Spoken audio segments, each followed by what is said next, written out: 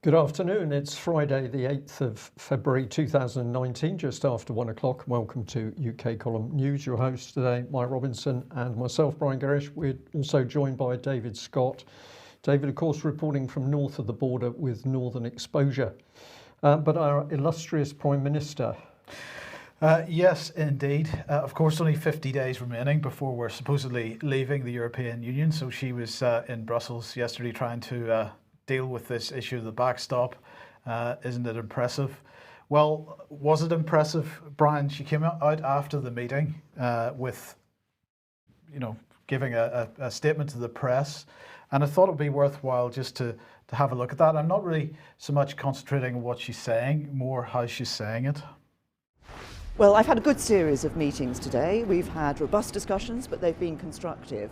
What I've set out is our clear position that we must secure legally binding changes to the withdrawal agreement to deal with the concerns that Parliament has over the backstop. And taking that changes to the backstop together with the other work that we're doing on workers' rights and other issues will deliver a stable majority in Parliament, and that's what I will continue to push for. Now, it's not going to be easy, but crucially President Juncker and I have agreed that talks will now start to find a way through this, to find a way to get this over the line and to deliver on the concerns that Parliament has, so we get a majority in Parliament. Well, I've set out very clearly the position from Parliament that we must have legally binding changes to the withdrawal agreement in order to deal with Parliament's concerns over the backstop. What I see and hear from leaders is a desire for us to work together to ensure that we can deliver the UK leaving the European Union with a deal. My work is to deliver Brexit, to deliver it on time, and I'm going to be negotiating hard in the coming days to do just that. So, Brian, I don't know what you thought about that, but it seemed to me that as soon as she mentioned the word Juncker, she had been delivering that message quite clearly up to that point. As soon as she said the word Juncker, it's all started to fall apart. The hesitation came in. She was there was a warble in her voice, and then later on, towards the end of that, as soon as she was starting to say what she was going to actually deliver, again, the sort of nervous tick came in, and she was she's clearly demonstrating that she's under pressure, in my opinion. Huge pressure, Mike, and I hope people will go and have a look at that clip, and you need to see it quite close up. But when she mentions Juncker and she starts juddering a bit, it's her left eye, you can also see, is glistening. There is something very strange taking place. I think she's heavily reframed, Mike. She's not giving any of her own opinions. This is simply what's been drilled into her head by the media team. You must say this and this and this in front of the cameras to stay online, and she's got all of that in her head. She's got the pressure of the situation. She's not really up to the job, and we are starting to, I think she's getting very close to breakdown. Actually, that's my opinion. David. Yeah, David, welcome to the programme. I mean, it struck me once again that we're starting to see similar types of behaviour from Theresa May that we perhaps saw from Hillary Clinton in 2016. Yeah, not as bad, but yeah, I see what you mean. I also noticed in that last piece, when she said the words stable majority in Parliament, her voice went a little squeak. Yes. And I think that's showing some tension as well. Yeah. I'm just going to add, and it's probably going to be picked up for this comment, that I think it would have been better if she'd left her jacket unbuttoned as she got out of the car, a little bit tight, pulling there, and the trousers maybe just a little bit too short, but that's only my personal opinion. Now, we need to come on to Steve Baker MP, because Steve Baker has really given us the picture. This is what he said in front of a committee recently. Now, I've taken this from a Russia Today clip because I'm not seeing it in our illustrious UK mainstream media. Maybe it is, I didn't see it, but this is what he said. The constant refrain throughout my time in government, and he's speaking as the former Brexit minister, the constant refrain throughout my time in government was this atmosphere of reluctance to leave. And I think this is at the heart of the problem. While we won the vote, we did not win the argument in, for want of a better term, within the governing class. Now that is one amazing statement, but he went on, he said this: so we've ended up with those that govern being forced to do that which they must, take us out, but it is not that which they choose. And that suffuses the entire approach. The entire approach is suffused by a reluctance to deliver what the public wanted, which is us controlling our laws in our parliament with all that means. I think this is a really amazing statement because it is so accurate. It's taken Russia Today to tell us what's really happening in Parliament. David, it couldn't be clearer. The public have said what they want. Westminster and the MPs and the government know what the public want, but the government is doing everything they can to stall, lie and deceive this Brexit process. And during this, I think what's meant to have happened is the public have meant to have changed their minds. Now, that's not happening. And the next item is an example of maybe where the European culture and British culture are rather different. That the British don't like being pushed around, don't like being told what to do, and don't like being bullied. Enter Donald Tusk. Yeah, Donald Tusk saying, I've been wondering what that special place in hell looks like for those who promoted Brexit without even a sketch of a plan how to carry it out safely. Now, of course, everybody will have heard that this is what he said. And as you've pointed out here in The Guardian, and the bit of Theresa May's comments that we showed a little bit at the beginning of the programme that The Guardian chose to focus on was her response to what Donald Tusk had said. That it was not helpful, that it was causing dismay. But the cartoonists have been at their work, David. Yes. Yeah, here you see the dismay, right?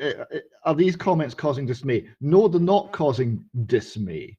They're causing anger. They're causing resentment. They're causing a view in Britain. So, okay, if that's the way you're going to be, we're off, right? And you're seeing even quite numbers of people who voted to remain have had enough of this, because what Brexit has done, and Brexit is a thing that I dearly love, and it's a gift it keeps on giving, despite all of the lies and half-truths about it.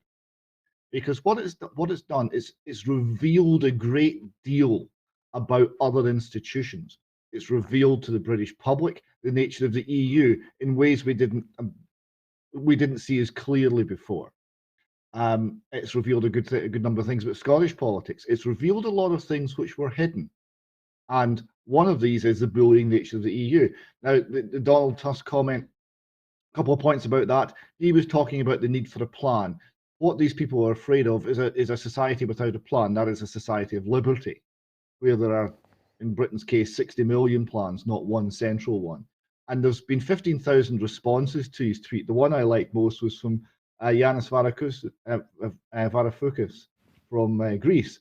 And he said to Donald Tusk, probably very similar to the place reserved for those who designed a monetary union without a proper banking union, and once the banking crisis hit, transferred cynically the bankers' gigantic losses onto the shoulders of the weakest taxpayers. That's quite well said. Well, indeed, and it sort of reflects this cartoon from Bob, which shows the devil taking Mr. Tusk down into hell and saying, "Don't worry, Mr. Tusk, our deepest, foulest pit is reserved for smug little hypocrites." So you know, the commentary has been quite disdainful. We wait to see what goes on. 50 days remaining. 14th of February next week is the next Brexit debate in the Commons, where basically nothing much is going to happen because it's just a general debate. There may be some amendments which attempt to push the 29th of March deadline out, but other than that, not much going on. But also on the 14th of February, there's a deadline for statutory instruments for getting a lot of the secondary legislation that was brought about as a result of the EU withdrawal bill onto the statute books. And apparently, well, that deadline is fast approaching next week, and I don't see too much movement on this.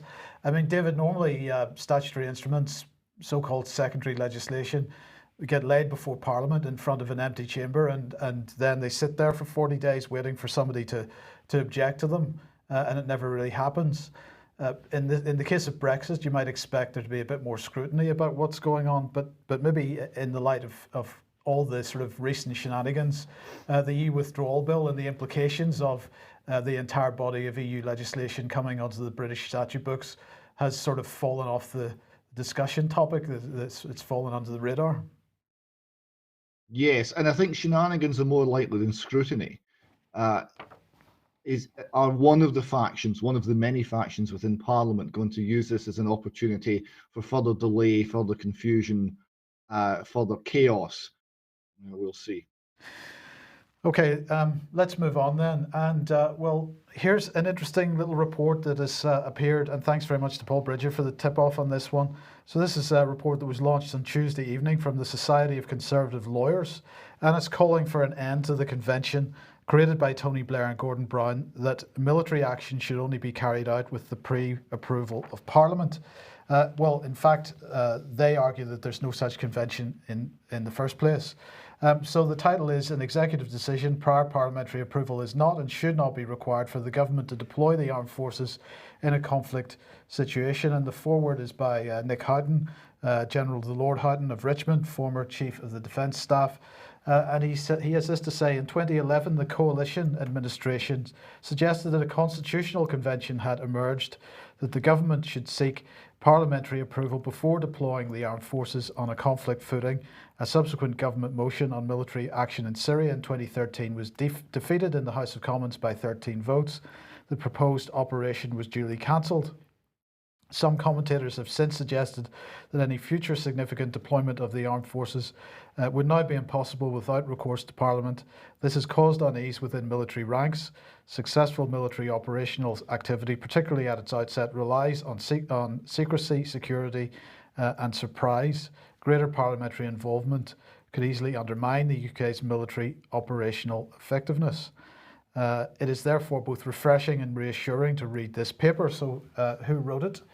Well, these MPs are all also barristers. So we've got Sir Oliver Heald, QC, Victoria Prentice, Sir Henry Bellingham, Bob Neal, Sir Christopher Chope, and Robert Courts. And these are the main points that they are highlighting here.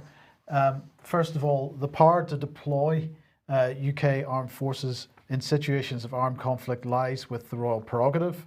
And they're saying the conventions cannot be spoken into being, constitutional conventions that is, cannot be spoken into being. To exist, a convention requires a political practice to become as so entrenched over a sustained period of time that to deviate from it, from that practice would be constitutionally unacceptable. This has not happened. They say the absence of such a convention is both sensible and desirable. And they're saying that Parliament exists to hold the government to account, not to make the decisions of the executive. If Parliament were to approve military action that subsequently proved controversial, then ministers could avoid accountability by shifting the blame onto MPs. Well, Parliament exists to hold government to account, but in this context, it's not clear how they would do that, but we can talk about that in a second. They go on to say a convention would limit the UK Armed Forces operational effectiveness in situations where the priority is to strike without warning. And they say it's hard to imagine a situation where military force would be deployed not in response to a threat to a national interest or to prevent a humanitarian disaster. I think we could very much debate that point. We go on. Requiring a parliamentary vote also raises the spectre of the government being defeated and politically unable to fulfil the UK's international treaty obligations. And the power to deploy military force in a conflict situation should remain with the prerogative. Therefore, and they go on to say conflict deployment itself should be made by the Prime Minister in Cabinet, advised by our National Security Council and briefed by our intelligence and military services. And so what I'm interested to get your thoughts on, Brian, first is constitutionally, of course, what they're saying is absolutely correct. There is no such constitutional convention.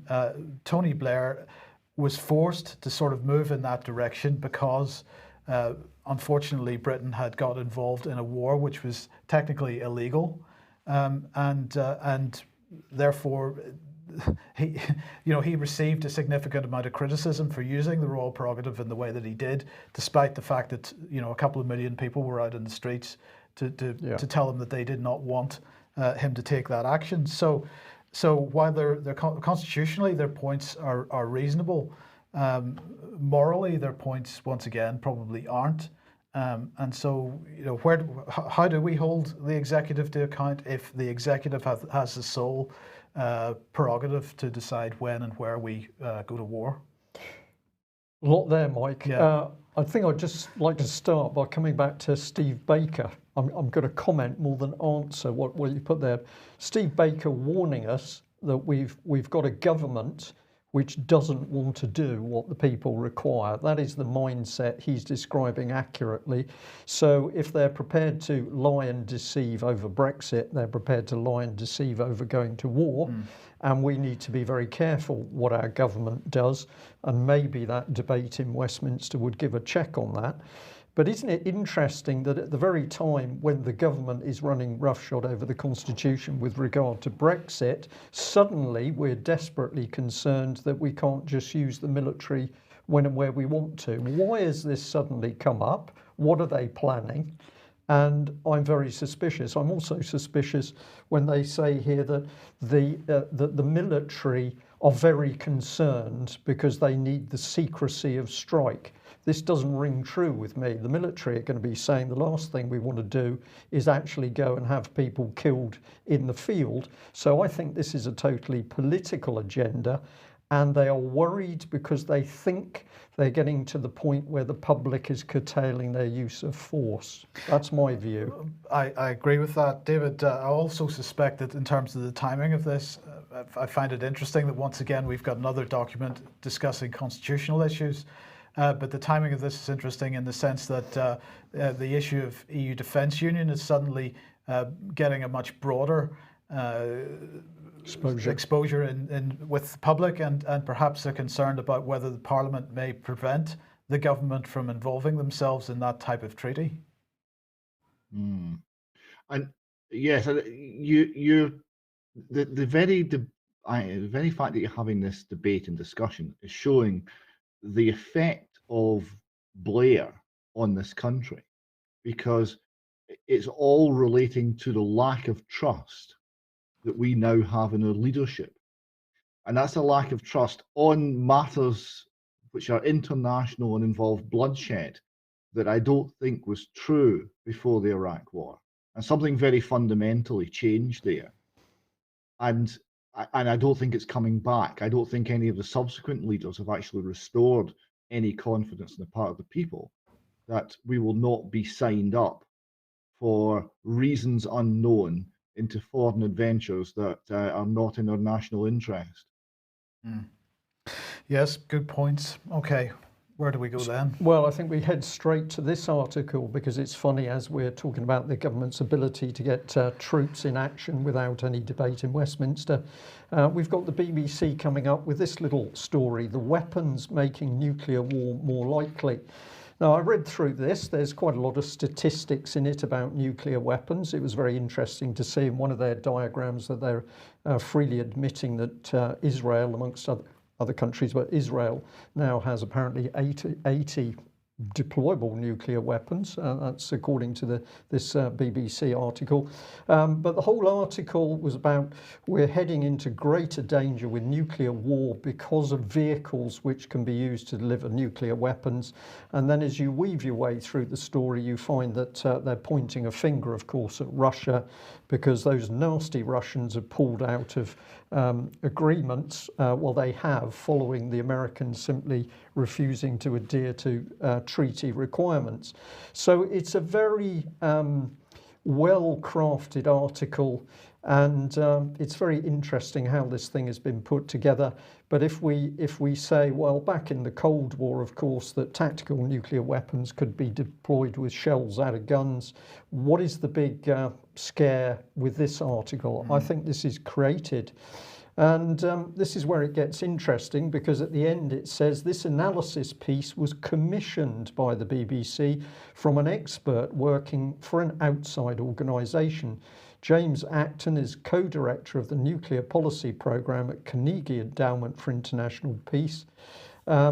This article is based on the escalation through entanglement, how the vulnerability of command and control systems raises the risk of an inadvertent nuclear war. And you can follow him here. So we've also got the BBC editor, Duncan Walker. But this is the bit that interests me. Who exactly is James Acton, and why should we believe what he has to say on this situation? Well, if we come in, let's have a look, because the BBC link takes you through to this page, which is the Carnegie Endowment for International Peace. And we can now see a little bit more about this man. So he holds the Jessica T. Matthews Chair and is co-director of Nuclear Policy Programme at Carnegie. A physicist by training. I think he was at Cambridge originally. He's written a lot of paperwork.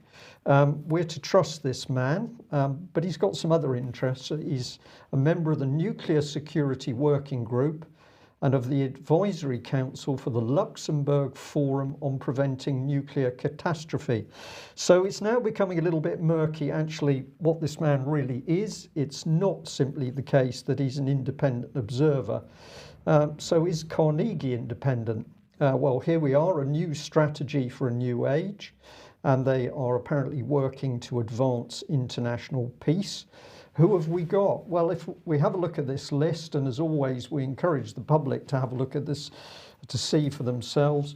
We've got a mixture of very, very powerful people, many of them connected with hedge funds and the banking industry. That's the first thing that you see.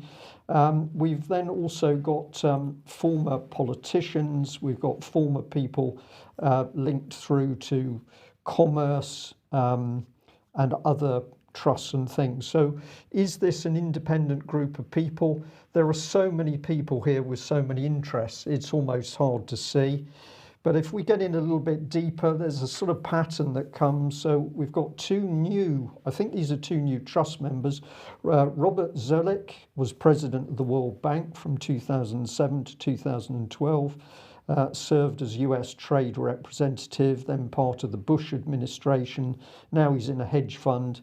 We've got Jonathan Oppenheimer, South African businessman, began his career NM Rothschild and Sons and De Beers. So immensely powerful people. It's a little bit more than the BBC would have us know. What about the other organisation that this guy is involved with, the Nuclear Security Working Group? Well, here it is. They're working to make us safer with pressing nuclear issues. Again, if we go and have a look at these people, we're going to see we've got a similar mix of high-profile people. We've got Ambassador Susan Burke, former special representative to the President of the United States for nuclear non-proliferation. We've got an ambassador. We've got the American Middle East Institute, the Crockett Policy Institute, the Honourable Elbridge Colby, Deputy Assistant Secretary for Defence for Strategy and Force Development, the Department of Defence. So none of these people, in my mind, are truly independent. And does that mean that the BBC article is tainted? Well, here's the Luxembourg Forum. What have they got to say for themselves? Well, they're facilitating the process of arms limitation and reduction of nuclear weapons. So they've got an agenda. People are going to have to look at this themselves. Again, a huge mix of powerful banking interests with political people and trusts and forums and organisations. Clearly, there must be some agenda running through this. But what astonished me when I got into this one was these people are all Russians. And this is quite extraordinary because we've got a PhD, Major General, retired, Russia, Dvorkin.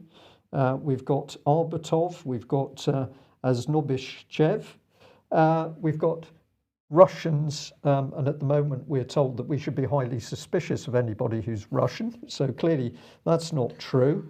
Then we come into this gentleman who's the president of the Luxembourg Forum, and he is a very powerful man. He is president of the International Luxembourg Forum. He's part of the European Council on Tolerance and Reconciliation, president of the European Jewish Congress, chair of the World Jewish Congress, World Holocaust Forum, European Jewish Fund, and he's also says he's working alongside in one of the organisations with Tony Blair himself.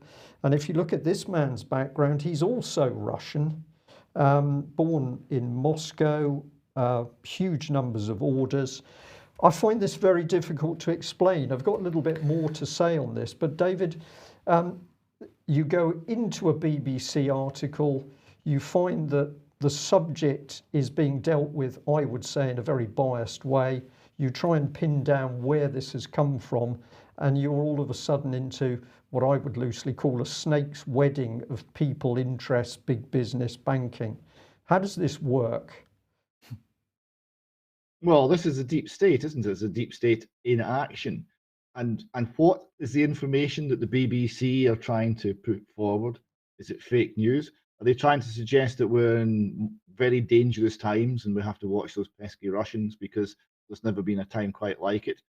You mentioned the Crockett Foundation. Well, that's a name that rings a bell, because if you go back to 1950s and look up an American weapon system called the Davy Crockett, it was a micronuclear device fired from a recoilless rifle by an infantry soldier, and it had a yield of between 10 and 20 tons, very small, and that's 1950s technology. This is not new. No, this is not new. We're going to say this is a spun article. What I couldn't find was any detail of the BBC expert Duncan Walker. We just bring up a picture of him. This is the only picture we were able to find from his Twitter page. So we've got a man who says that, what does he say? He says he's looking after expert analysis for BBC News. He's got 2 small boys and a couple of bikes, and the views are more or less his. And all we've got of this man is a cartoon picture of a cat. I think it's a cat. This is outrageous, David, that we have got this organisation swallowing 3.74 billion of public money, and they are producing this utter rubbish, including cartoon pictures of their own staff. Yes, but the thing that's most striking about the BBC coverage of late is the lack of news. I mean, I think eventually boredom is going to kill them as much as anything, because it's not, at least the Guardian's completely mental. It's at least entertaining. The BBC doesn't even have that. Indeed. Okay, now, quick reminder that if you like what we do here at the UK Column and you'd like to support us, please do so. You can join ukcolumn.org/community. You can join us there. And a reminder that AV 9.1 DVDs are available on the UK Column website as well. Presentations from Brian, Alex Thompson, Patrick Henningsen, Dr. Graham Downing, and Ian R. Crane. Okay, and also this one on February the 22nd in the evening, Buckfastleigh, Devon. There's a very good talk on 5G, smart meter technology, and the impact on our health. So help promulgate that one if you can, please. Okay, so we published an article last night, Beyond Integrity Initiative, the scale of UK government counter disinformation. And really what we're looking at here is if Integrity Initiative and the Institute for Statecraft have been promoting or trying to deal with so-called disinformation from overseas, then what's the situation as far as the British government is concerned? Domestically, at least the Institute for Statecraft falls under the Foreign Commonwealth Office for money. So what's happening domestically? And of course, we're talking about the recently established, or at least 10 months or so ago, established Rapid Reaction Unit within the Cabinet Office. We're asking, could that be linked to the Rapid Reaction Mechanism for the G7? Are they feeding information into that? And we're looking at the contract for government advertising, which seems to be in the region of £800 million to cover 2018 and 2020. So, you know, that is an interesting article. Please get that out as far and wide as you possibly can. But David, the Europeans have been issuing their own information with regard to so-called disinformation. Yes, indeed. Here we have the European Commission High Representative of the Union for Foreign Affairs and Security Policy, and he has a plan. He has an action plan against. Oh, beg your pardon. It doesn't really matter anymore. Has an action plan against disinformation. Now, The basic statement is disinformation undermines the trust of citizens in democracy and democratic institutions. Disinformation also contributes to the polarization of public views and interferes in the democratic decision-making processes, and it can be used to undermine the European project. So if you understand that disinformation really means a free exchange of views without it being controlled by the state, then that undermines the EU and indeed the whole democratic decision-making process, because ultimately they cannot defend what they're doing.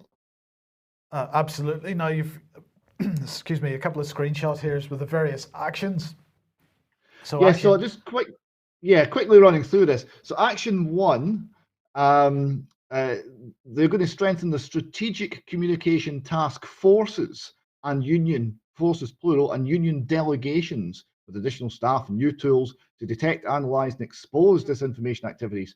Member states should, where appropriate, also upgrade their national capacity, integrity initiative being an exemplar, I'm sure, and support the necessary increase in resources. We've got lots of those for the strategic communication task forces and union delegation. Now, a couple of quick things. It's task forces plural. So this is the East, the Balkans, and the South. We have a specific Arab direction to the strategic communications. And the other thing is this idea of strategic communication. This means communication used with an agenda, with a plan. So it's admitting, propaganda then? It's admitting it. Yes, the very name strategic communication carries within it the idea of propaganda. It's just being rebadged. Yes. Okay. And so by March 2019, the Commission and High Representative, in cooperation with Member States, will establish a rapid alert system. That sounds very similar to the rapid response unit for addressing disinformation campaigns, working closely with existing networks, the European Parliament, as well as the North Atlantic Treaty Organization, and the G7's rapid response mechanism. So we've got this all fully integrated. We've got the international stuff coming from Britain via the Foreign and Commonwealth Office and Andy Price's Counter Disinformation and Media Development Programme. We've got the domestic in the Cabinet Office. We've now got the EU level. This is they're building the biggest propaganda network they can. They certainly are. NATO's involved, America's involved, Britain's most certainly involved, and yes, it's all being carefully coordinated, but it seems to be centred on Europe. And they're also very interested in communication efforts based on us. We're going to communicate the union values and policies. Member states should significantly strengthen their own communication efforts on union values. I'm not absolutely clear what union values are. I do know that honouring referenda is not amongst them.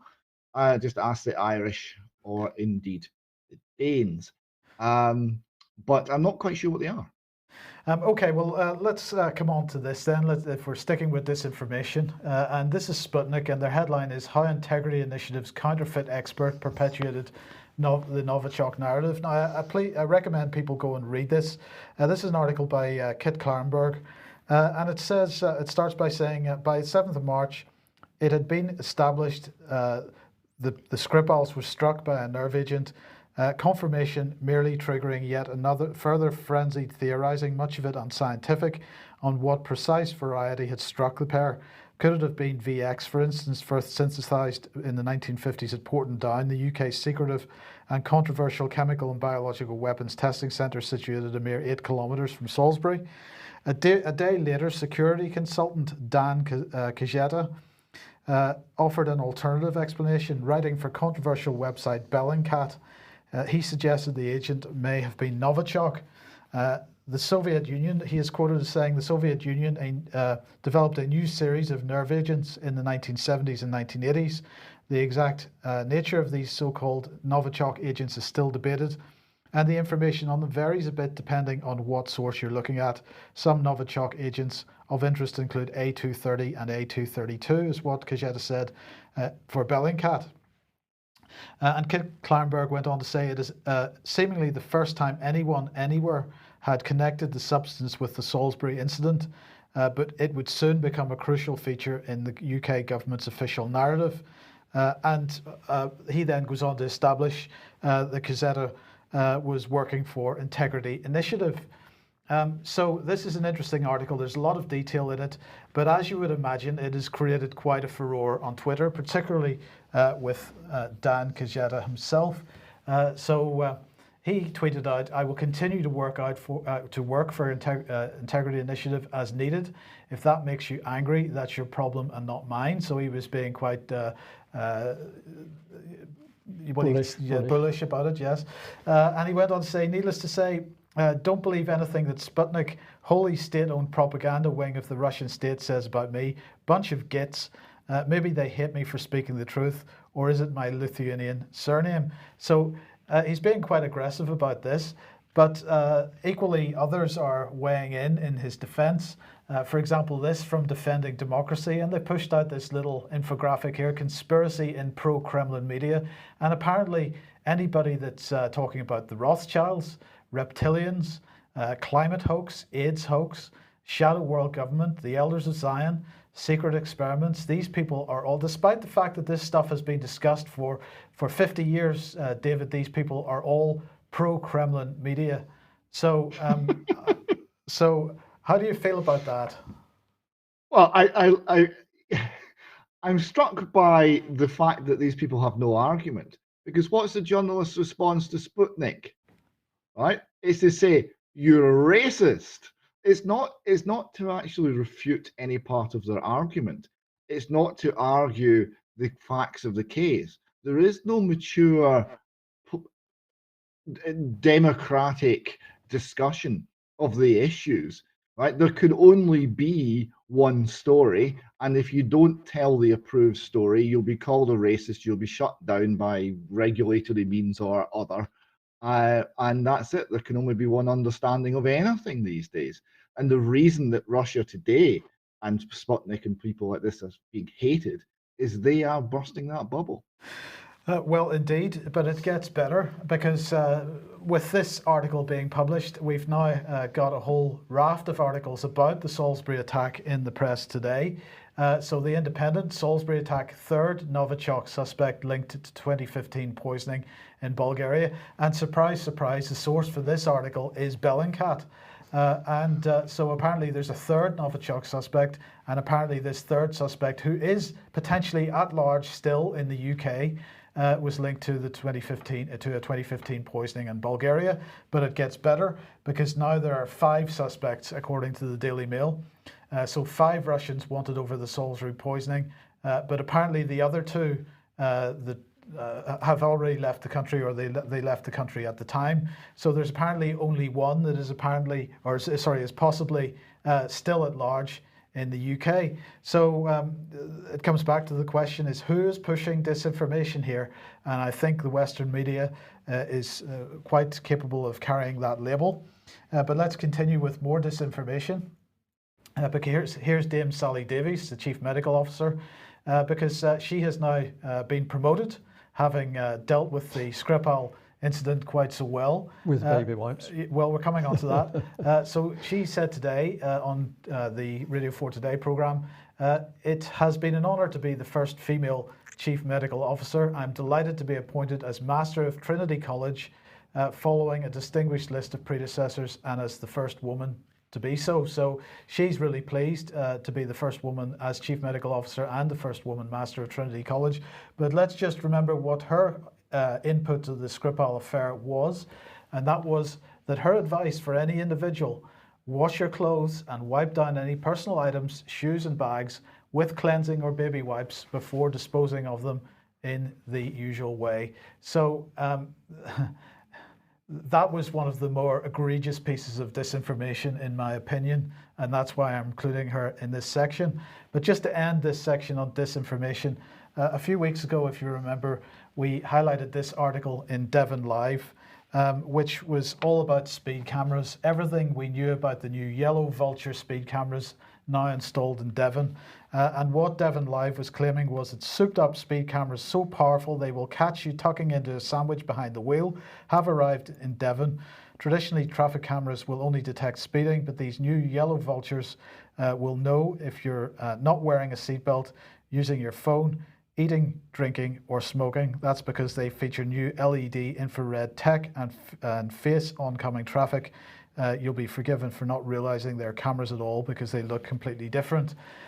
So this was the story in Devon Live, and when this story came out, or when this story was brought to my attention, I had a look around at other local media, and the same story would seem to be published in other local media around the country.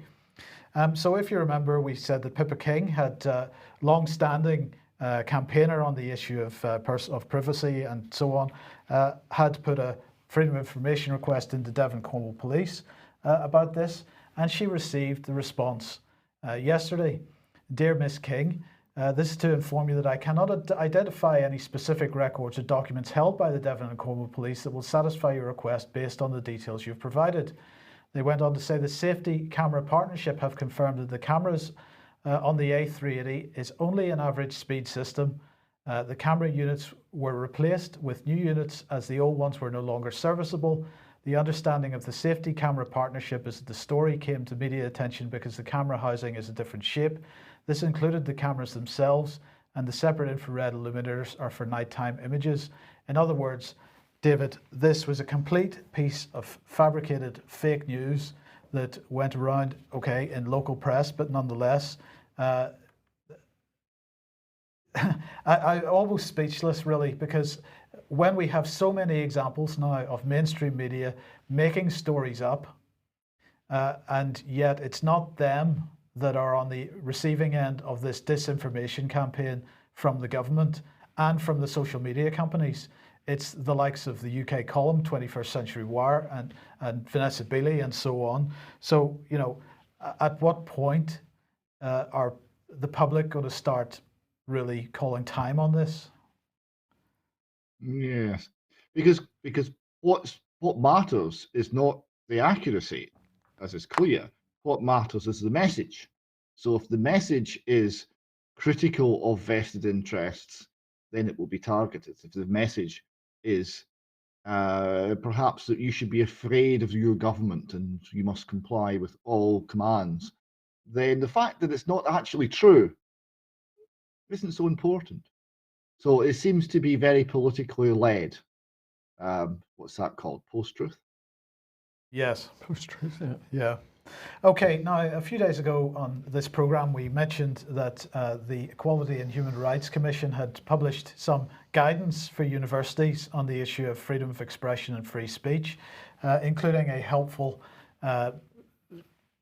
chart for them to, yes, flow diagram, thank you, I'm struggling today, flow diagram for anybody wanting to hold an event in a university so they could make sure that they could decide, make a proper decision and record their decisions properly when they were deciding who they were going to host at some kind of event at a university.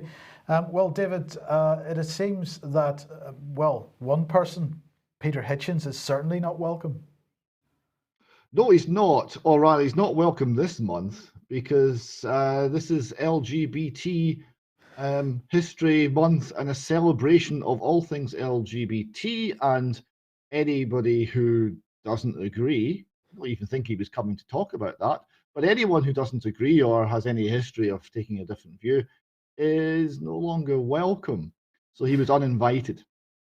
So what he said here is that is thought policing and it's undoubtedly censorship. There's no way out of it. There's a group of people who don't want my views to be heard because they've been taught for many years in schools what to think rather than how to think, and they're afraid of opposing opinions, so they want to silence them.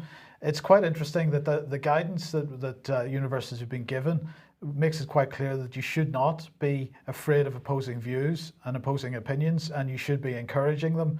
And yet this doesn't seem to be what is actually happening on the ground. Again, Spiked covered this as well. The ugly truth is that student unions, contrary to their cries of innocence, have become Stalinist creatures intent on curtailing free speech, rather than creating an environment that empowers students to challenge views they disagree with. Student unions instead promote a sense of victimhood and encourage students to wallow in self-pitying righteousness. And anyone, this article was a student to put on an event with Mr. Hitchens, which he had to put on separately from the Students' Union because he could not get support for it because Mr. Hitchens' views were not allowed. And what he was faced with was a demand for risk assessments and safe spaces and a trigger warning before any, a 5-minute long trigger warning before the event, and all of these little bureaucratic issues which just made the thing completely unviable. So he had to put it on such a small budget that I think he ended up sleeping on the floor while Peter Hitchens had his bed. So there you go. What you've got to do.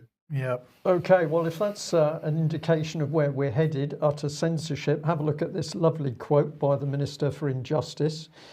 We are emphasising the need for new technologies and new ideas to catch people early before their problems escalate to the courtroom. Now, that's quite a statement.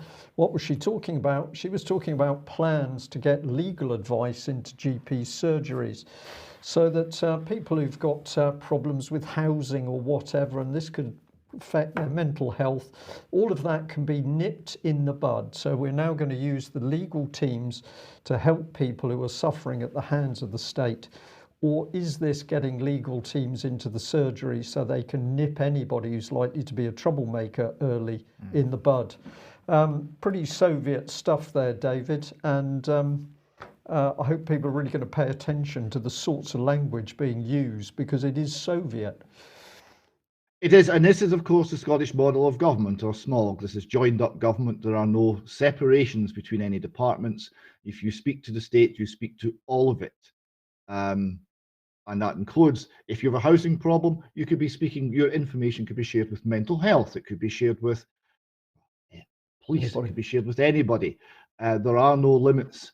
I think data rape was the phrase that was used in Parliament at one point as someone was opposing this. That's what's going on. Okay. That's it. Thank you for joining us today. That's the end of today's news. As always, if you're not a subscriber of UK Column, please consider taking out a subscription and or making a donation. We need your financial support to continue doing what we're doing, particularly as the UK government ramps up its attack on free speech. We'll be back on Monday. Bye-bye.